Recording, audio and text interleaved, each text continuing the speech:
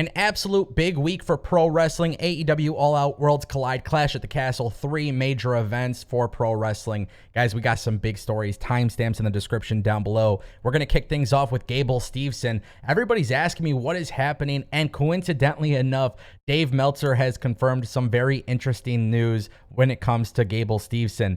In the latest edition of the Wrestling Observer newsletter, Dave Meltzer reported that Steveson isn't being talked about in regards to a potential debut after WWE was planning to fast track him to the roster. Keep in mind, he did technically debut on the main roster as a draft pick, but we haven't actually seen him. Meltzer noted that everything is cold on Gable Steveson before pointing out how his brother, NXT star Damon Kemp, has basically been getting rave reviews for his work in the promotion. If you guys have watched Diamond Mine, you would know that Gable Stevenson's brother is absolutely killing it. This guy actually gets it. He's a good wrestler. It seems like he's picking it up. And it appears that Meltzer has made it pretty clear WWE wanted Gable Steveson to debut some time ago, but it hasn't happened yet due to poor reviews on his training progress. They were going to fast track him, and basically he hasn't even been around. And, you know, this week we've been talking about a lot of returns. We're going to keep talking about returns in this video, but with WWE making some very big key returns, you got to wonder, what is the plan here with Gable? Like, is WWE giving up on him? You know, and it's a very tough situation because WWE has invested a lot of time in trying to make sure that WWE Universe knows who Gable Steveson is. And honestly, that might be a big mistake WWE made. It's something that I hope they learn from. If these guys aren't ready for TV, do not be promoting their signing. You know, I feel like Rob Gronkowski could have probably picked up WWE pretty well. Like Logan Paul picked up WWE pretty well. These are types of people that are, you know, outside of wrestling that come into wrestling, and people wouldn't mind seeing them again. We saw what happened with Bad Bunny. He came into WWE. I don't see people complaining about this stuff. Gable Steveson, who is a champion in actual wrestling, cannot seem to pick it up. Maybe he's struggling with it. I don't know. He definitely looked very uncomfortable in his segment with Chad Gable previously, last time he was on Raw. It just didn't seem like this was for him. And it's a very odd situation, but at some point, if you have to give up on a talent, do it. I don't know what they're going to do with Gable Steveson, but for those who are wondering, that's all I know. It doesn't appear like he'll be on TV anytime soon, and that's unfortunate. All right, guys, Triple H being pretty outspoken. Very great interview with Ariel Helwani. I've posted some YouTube shorts on this, but I really want to take a look at something that was really interesting here. And this is what Triple H had to say about his transition from Vince McMahon. Triple H was asked if Vince McMahon gave him any advice when he left. He says, yes, he did. In some manner, I think for both of us, it's a tough situation for him. I think in some manner, like it's even hard for me to picture now that he's not in the equation. And he's not in any way, shape, or form. But it's hard to think that he's not there. I think at that moment, it's hard for him to think about somebody coming in and doing what he's done for 50 years or whatever, successfully better than anybody in the world. So yeah, there was definitely that moment, definitely giving me advice. But I think also in some manner, most of that advice was centered around like, this is what you've been sitting next to me learning how to do for 25 years or whatever that is.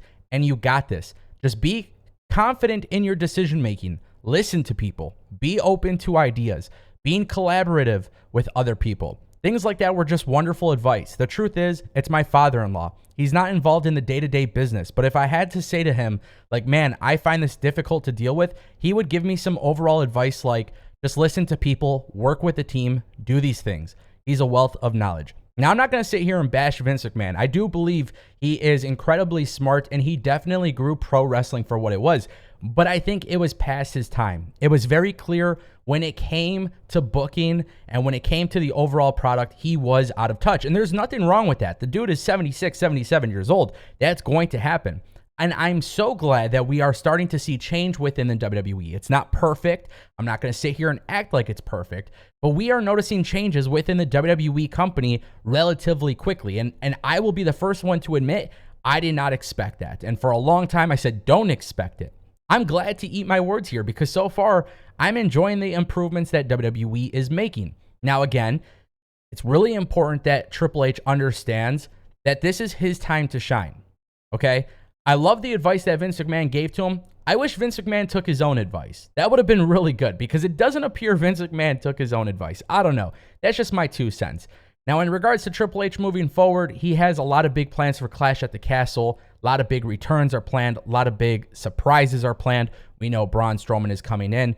We know that Triple H is really trying to make this a game-changing product, and I love to see what's happened here, and I can't wait to see more of it. And what makes it even better is the fact that WWE has some pretty damn good competition, and this means AEW is really ready to fire off on all cylinders because we have some big returns to talk about. Now, Samoa Joe and Adam Cole are both rumored to return at AEW All Out.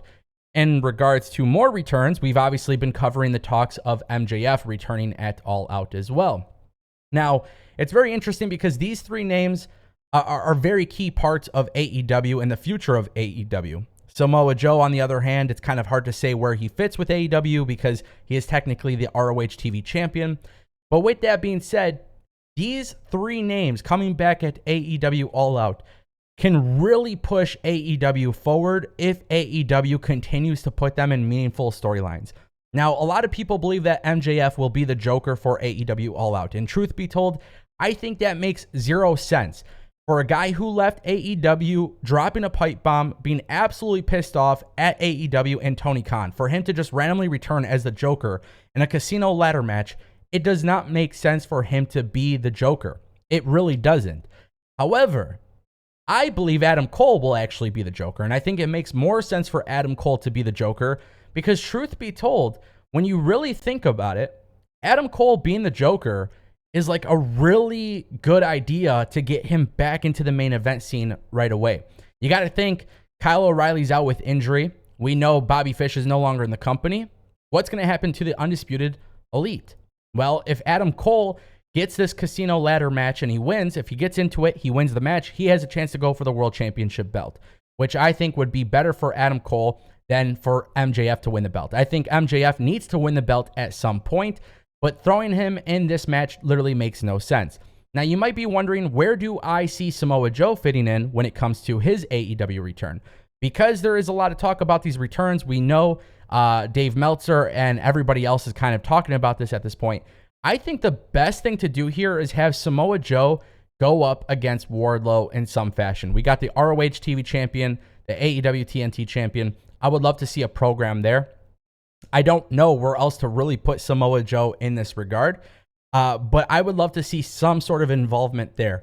It's really interesting considering that Samoa Joe was feuding with Jay Lethal, but also at the same time, too, Jay Lethal is teaming up with the Motor City Machine Guns. Team Impact, baby. Where does Samoa Joe fit into the equation? I'm really intrigued to see where they go with it, but 3 massive returns. Obviously, WWE's got some big returns planned for this weekend. I'll keep you guys updated. Let me know what you guys think down below.